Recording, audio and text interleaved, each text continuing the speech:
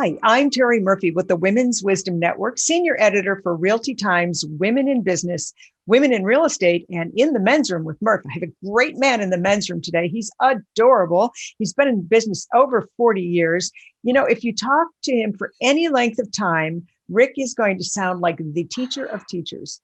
His leadership is outstanding. He's been in the real estate business, coaching some of the biggest teams on the planet, but his whole plan, though, really is about the Freedom Pathfinder. He helps people find their best selves. And he has been one of the top people with Workman Success as a master coach.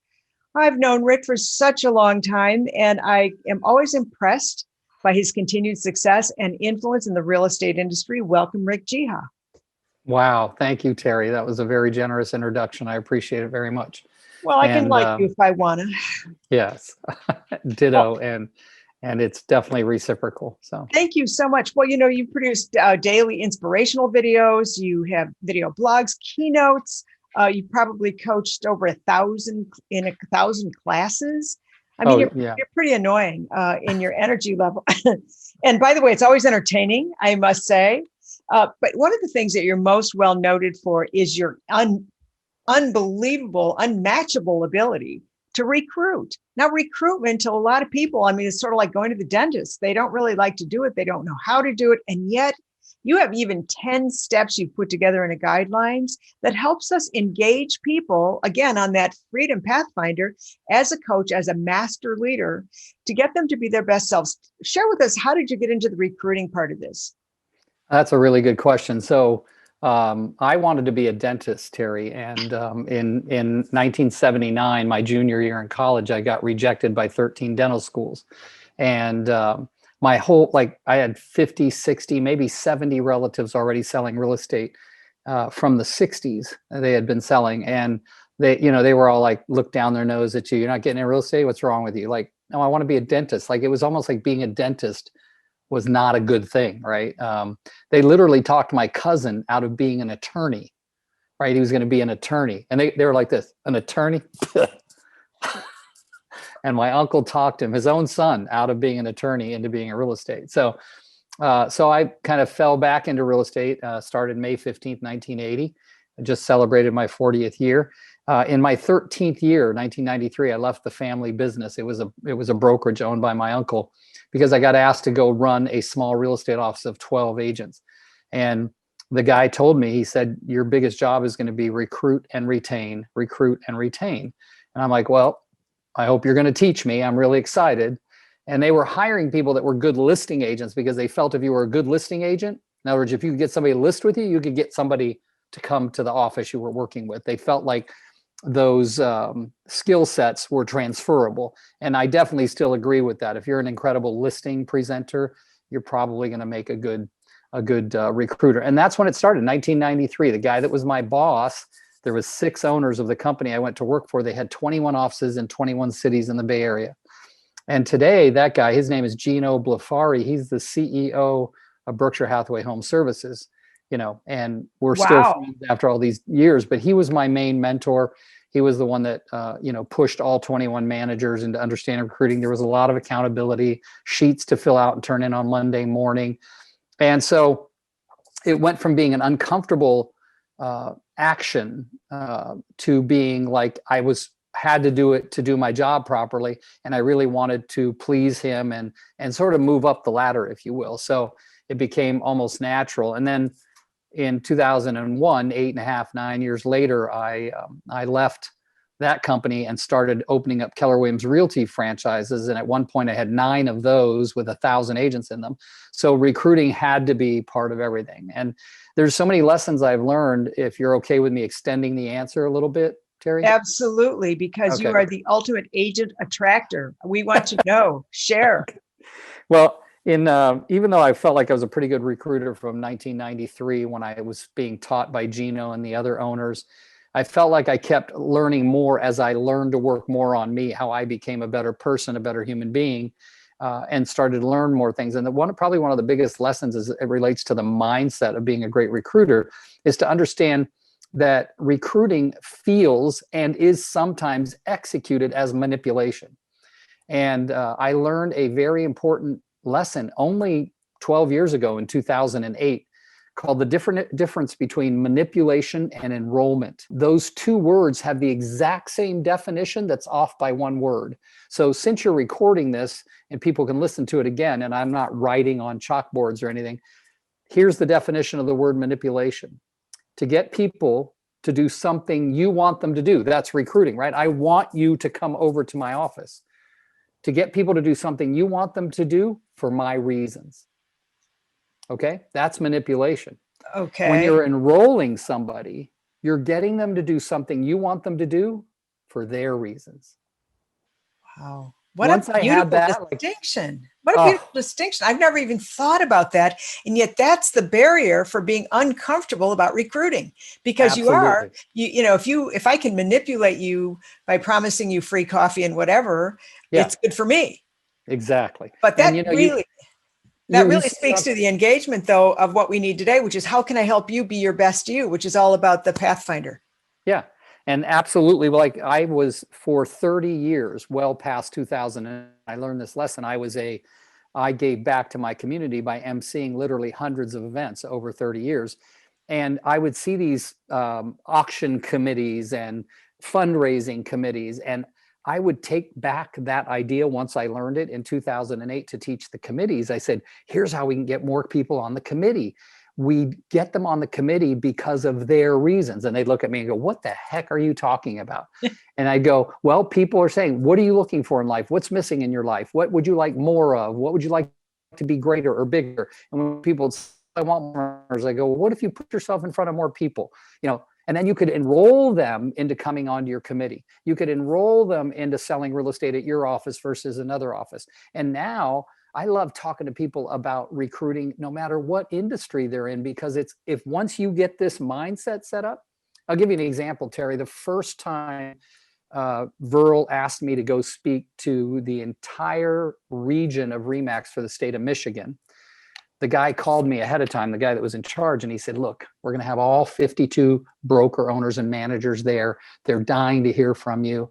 And I go, great. What do you feel like is going to be the most, important me to stress? He goes, well, because you used to own a bunch of Keller Williams offices, we want you to teach us how to recruit against Keller Williams. And I sat back in my seat because we were on a teleconference at the time.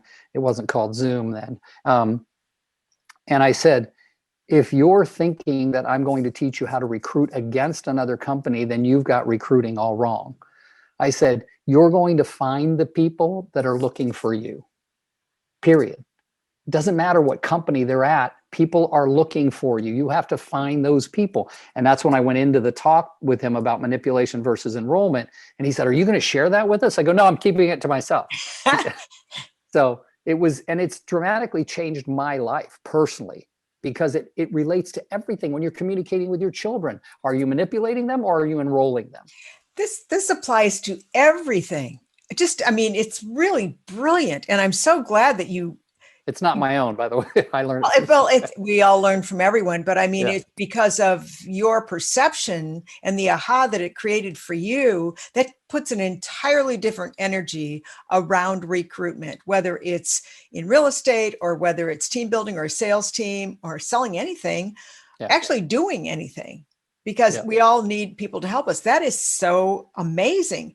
And so when people talk about that, obviously there's still a tactic for how you have to go to market and find people. Do you want to elaborate a little bit about that?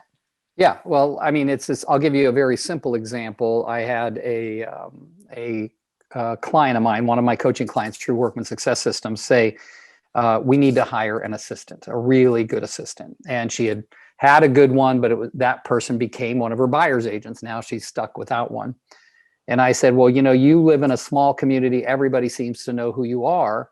I said, first, I want you to know that what I look for personally, and I encourage people, is to find people who have all four of these following items, not some of the four, all four of them: hungry, humble, smart, and coachable. Okay. Hungry, humble, smart, and coachable. You have. I think you might have even created that, for all I know. But now I said, once you get those sort of ingrained in you, the first thing you have to do with those four words is wake up every morning and check in. Am I going to go through my day as a person who's hungry, humble, smart, and coachable. I've been selling real estate for almost 41 years. I'm finding it difficult to be hungry, humble, smart, and coachable every morning when I wake up. Yet if I work on that, then guess what I'm going to do? The people around me, I'm going to attract people who are hungry, humble, smart, and coachable. Telling this young lady, I'm like, okay, so you have this community that knows you really well. They're in a small town in Michigan, about an hour outside of Grand Rapids. And she, in fact, I think she's still coaching with Workman. She's an amazing lady, and I'll say her name. It's Heather Jones. And so I said, look what I'd like you to do. Put those 4 words in a Facebook ad, just on your own Facebook page. That's all. Don't do another thing. Don't do Indeed. Don't do anything. Do that. She got like 18 applications like that. And every one of them was quality. Oh, right? That's amazing. Yeah. Just because of that. I mean, I can remember learning those things. This is what Hungry, Humble, Smart, and Coachable came into my life right before Workman. And putting a Facebook ad just for a buyer's agent for my team. I wasn't trying to recruit to my company, just for a buyer's agent. And people answered that I've known for years that I would have never imagined would be open to being a buyer's agent on my team. Like you'd think, oh, they're successful on their own. They don't want to be on my team. Crazy what happens. And we have so many limiting beliefs going on in here. If we just say, quit making up crappy stories, make up a story with a nice, long, fun ending, that says, I'm going to put this ad in and I'm going to attract the most amazing people onto my team. Again, energy attracts energy. And that's why focus is so important. And we talk about that. As a matter of fact, we just posted that today in the Women's Wisdom Network Facebook community group. One word for your theme for this coming year. What's the one theme that every morning you're going to wake up and think about? And I think you just hit on it, limiting beliefs. We write a script based on our, experiences. And if you've only had crappy experiences, you don't even know. I like to compare it to wine. My uncles made wine that was so bad, that like paint would come off a car. And yet I thought all wine was like that. And it was brown and muddy because that was my experience, until I got out into the world and found out that, there's other things available. So I think that we don't want that little spot to go unnoticed. I also know that there's a certain attraction to leadership and power. And I don't mean power over, I mean power with. And you're a leadership expert, which is one of the many reasons you're a great speaker and consultant. And I would say that people want to work with people who get it done. And when we go through our behavioral styles and our SWOT analysis and we understand where we're weak, we look for that complement when we build a team. And you can find these assets from people who already know how you work. And would you not recommend that one of the assets for finding team members could be strategic partners, people that you work with, people that have done work with you? It really aligns itself with your MVPs. Would you agree?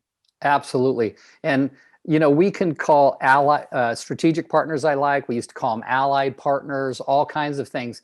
And those people's success is in some ways incumbent on your success, right? Not only, but certainly your success leads to their success. And I always find that if you go out for coffee and you sit down and you, again, remember the word manipulation and enrolling, you want their help to help you recruit, or who do they know? But you've got to make it such that it's getting what you want for their reasons again. So it's like, hey, we haven't talked in a long time. It's the end of 2020. What are your goals for 2021? And let me tell you, the reason I want to know is because I want to see if there's anything in there that I can contribute to you getting. And you say that and they're like, wow. Yeah, they're open to telling you. And then I'm even willing to say, hey, would it be okay if I shared my 2021 goals and see if there's anything in there that maybe you could contribute to? And people say, well, that's like asking them to. No, it isn't. I said, are you open to listening to mine? I didn't say, I'm telling them to you whether you want to hear them or not. So shut up. I'm not doing that. Right. So it's been great. Asking people for their vision, their perspective, their insight. One of the most powerful words on the planet, or may I ask your opinion? This is what I'm focusing on. People want to help other people, especially the kinds of people that we want to be associated with and share our energies in our life. Because at the end of the day, we are social beings and we help each other. And so I think that also stems to, I'd love to have you on another segment when we focus on asking for referrals. It would be rude to say, hey, I need to eat today. Who do you know that might want to buy something from me? But it's But it speaks to that positioning of energy and resource and loyalty that says, I really respect and admire what you do. You are in my circle of friends, my MVPs, my top 50, whatever. How can you, do you know anyone that I can help?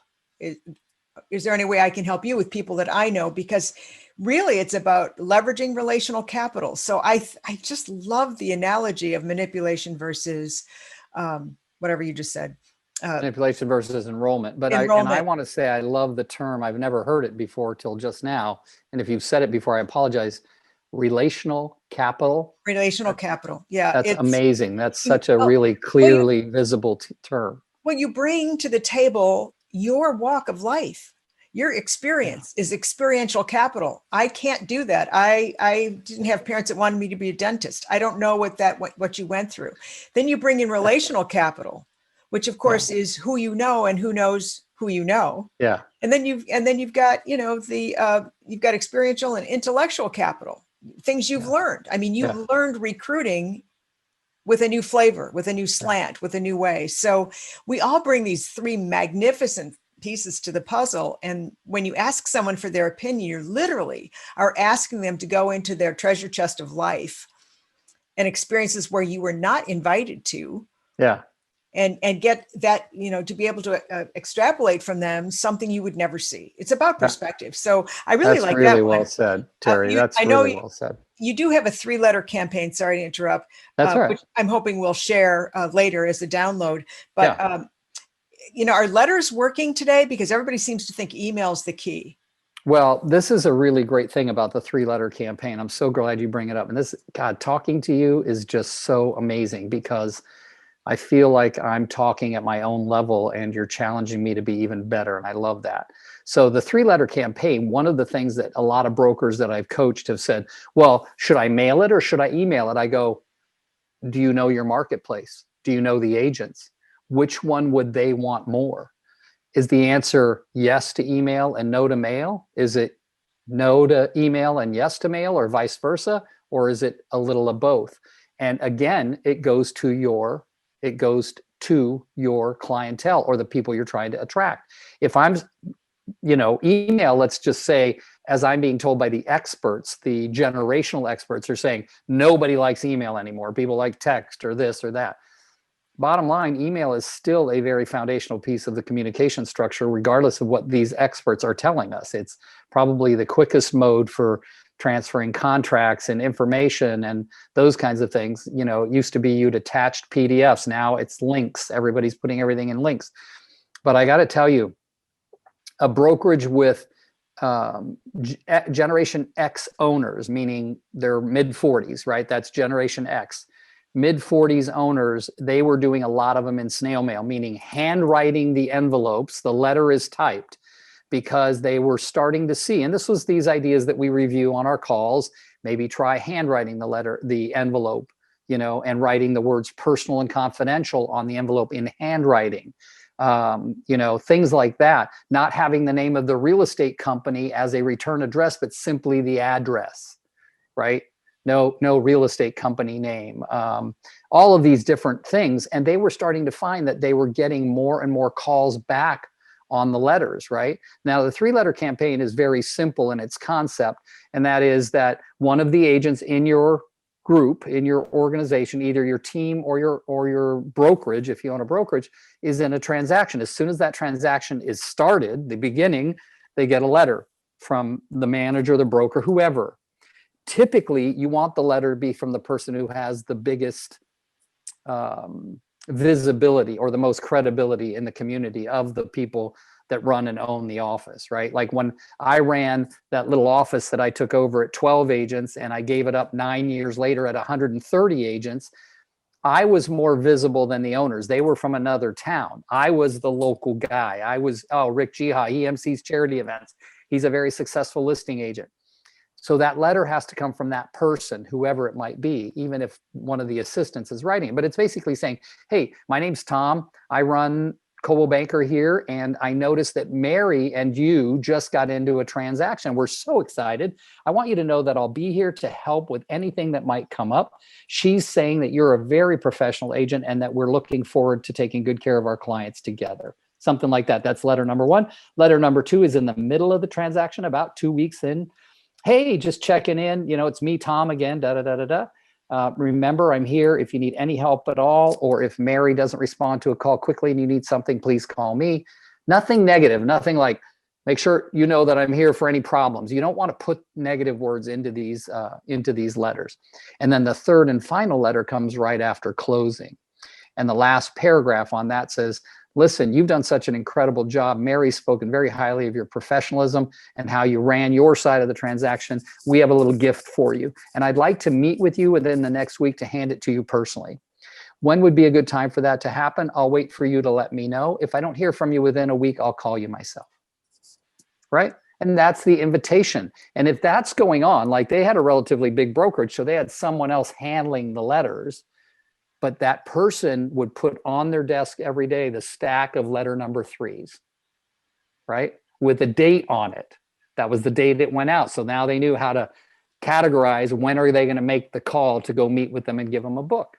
Now, back when I owned a bunch of Keller Williams Realty offices, Terry, we would give them a copy of The Millionaire Real Estate Agent. Today, that's still I know people from brokerages that are not Keller Williams that give that book away because it's really a good book on how to build a successful real estate sales business. But we would do little things like put a crisp dollar bill about halfway through, stick it in the book, say, I promise you, if you read this book cover to cover, you'll instantly make money. And it was supposed to be a joke because they got to the middle of the book and there was a dollar bill. They made money, right? So there was all kinds of things you could do, but typically books were the main gifts of any sort. Like today, I'm a big fan of Matthew Ferry's book, Quiet Mind, Epic Life, Dr. Benjamin Hardy, Willpower Doesn't Work. There's a lot of different ones that I still give away to this day. Sorry, I know that was a long answer. But. No, that was a perfect answer because it segues into how do you find some of these agents if you don't have a transaction with them. So I'm going to pause here for just a second because I know that on your list of the top 10 ideas for recruiting, you also bring in, and we're making that available to anybody who wants it, the list of agents who are co-ops on transactions. I know that that's a little bit lengthy. So tell me a little bit about how, as a manager or team leader, I would go out and look at my multiple listing service and assess who might be a great fit for my team.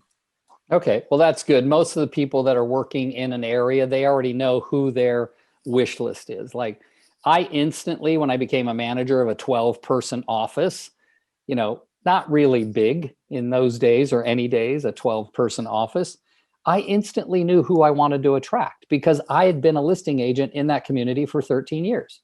I knew who the other big listing agents were. We knew that from the lesson I learned from my bosses that more signs meant more market share, right?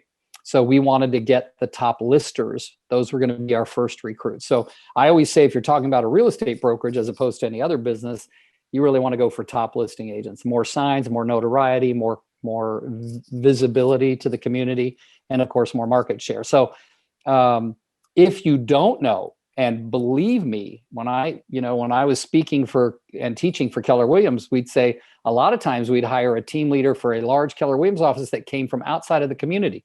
They knew how to recruit, they just didn't know the community. So your first wish list came from your own people, right? That's your second wish, your second wish list came from your own research. Who's the top listing agent, right? Who's the top 10 people? We used to break them up in different names, A, B, C's, and D's. A's would have been megas or icons, call them whatever you want. Those would be people typically doing well over $6 million a year, right? Then there would be a capper, right? Then that would be somebody who in any type of brokerage where there's a capping commission system, it would be somebody who's going to do enough business, typically around 3 to 4 million, to cap, right? Then there's be the half cappers, and then there'd be the quarter cappers and brand new. But you could split those A, B, C's, and D's. You can name them whatever you want to name them. That's up to you personally. But you should have a division, and you should always be looking to once a month hire an icon, once a month. Now, with all due respect, the people that were that worked for Keller Williams were so driven to recruiting. They had this thing called 2-10-40. You had to do 2 appointments a day, 10 appointments a week, 40 appointments a month, right? And you get into a marketplace that has 800 people on the board, and you're like, what? You know, I'm out of people, right? I'm done. So, but you would see those people leave from that kind of, you know, very push to recruit and go into another very famous brand. And I'll keep those quiet. Now, I don't want to offend any of my fellow brokerages out there. And they'd go, man, with what I learned it here, if I use it here, I'm a superstar. If I use it over there, I'm a loser. It's all perspective. What's the number one reason a brokerage wants to recruit? Because they want to keep the doors open. They've got to stay profitable. You know, if I'm an agent, I want my broker to be profitable because I don't want to show up to work one day and have a sign on the door saying we're all locked up, we're broke. Right? Exactly. It's nice to get a nice deal, but not a nice deal at the expense of the brokerage I'm working for, right? Is closed. So I think it's important that people know the very deep why do you want to do this. I have talked to so many franchisees, Terri, out of their mouth is my spouse thinks I'm an idiot for ever having opened the brokerage because I was making so much more money when I just focused on sales. And I have heard that well over 200 times from over 200 franchisees because they get into it really, truly. If you want to know, between me and you and whoever's listening, ego gets them into signing a franchise. Right. But then they find out, oh, the hardest work is the recruiting, and gosh, it's not even that, it's running the business. And a lot of agents, as you know, are great at sales and terrible at the details, which is why having a team that balances out so well is so important. Yeah. But even if you're not in an area where that is prevalent, right. Going into your MLS and looking for those agents that are 1 to 2 years, maybe under 3 years, only producing 10, 11 transactions a year, which unfortunately in the industry is kind of an average. But if you find someone who's really serious about growing their business, but they really don't do what you and I did pretty naturally as agents, which is we could line up the prospects all day long. And yet some agents can't do that, but they're effective at showing, they're effective at negotiating offers. Again, when you look at that, the team dynamics, which I know we're going to have you on as a guest because you are the king of that. But when you look at the dynamics of a team and you see who's really good at what, and you put them where they bloom. Yeah. Your team works, everything works. The brokerages work, the management works, the community works. Yeah. I mean, I know at Workman, we quoted how much capital comes into, economic capital comes into a community when there's a listing. Could you believe those numbers? That was crazy. It's like $86,000 by the time you get done with all of the people that benefit from that, not to mention the client themselves. So again, getting back to recruitment, which was, you had talked about enrollment, versus manipulation, allowing people to be a part of something bigger than themselves in a way that's structured is kind of probably the key to a good recruiting message. Attention, your 3-step program was spectacular because it shows personal attention. Again, people want to be valued. It always goes back to the human need, which is recognition, appreciation, and value. So I think you've done a really great job on that. What else? Is there one closing idea you'd like to give us on recruiting? I would, if you don't mind. I just thought of it and I feel a little bit backwards, like I should have started with it. But a lot of people would say to me over the years, and I would say this to my boss, what's the number one key to successful recruiting? And it was always a one-word answer, and that was retention. It was so difficult to be a great recruiter while the back door is open and people are fleeing out the back. And so to this day, I still tell people, and I had the biggest lesson in the world. I remember I was new to managing. It was 1995. I'd been a manager for 2 years. And they're like, the bosses are saying, look, have a hit list, check the MLS. Whenever your hit list gets a new listing and you see it pop up on the MLS, write them a handwritten note. Hey, Tom, so congratulations on your new listing, right? Well, I had one of my agents walks in the door and knocks on my door of my office. And I go, come on in, it's open, just leave it open. And he's looking at me stern, right? And I'm like Mr. Friendly, non-confrontive, and he goes, I'm a little concerned, Rick. And I go, okay, tell me why. And he goes, he holds up a note that his friend Tom at Coldwell Banker got. And he goes, Tom showed me this note that he got from you when he took a listing. I took 2 listings last week. So you know how many notes I got from you, Rick? None. Oh, dear. And at that moment, I was like, even though the boss had said, recruit, retain, recruit, retain. So I tell brokerages now, anything you're going to do for those agents that aren't with you, you darn well better do, because you do not want the reputation of, hi, we're going out on a date. I'll open the door for you. Get in, right? Now you come to my office, get your own damn door. No, the dating has to continue. It really has to. And retention is the number one key. If you're a great retainer, you're always going to be a great recruiter. If people are running out the back door and you're not finding out why they're running out the back door or what can I do differently? I tell people all the time, I go, look, if I lose a listing after 40 years, I still say to the seller, Mr. Seller, I've been in the business 40 years and I'm still open to learning. I'm so sorry I didn't get your listing, but I know you made a choice that's best for you. I was wondering if I had the opportunity to do it again, what would I have needed to do differently so that I could earn your listing? It's the same thing when someone walks out the door. I understand you made a difficult decision to leave our brokerage because you made a decision that's best for you and your family. Totally get that. If we had the opportunity to work with you again, what would I have needed to do differently so that I wouldn't have lost you?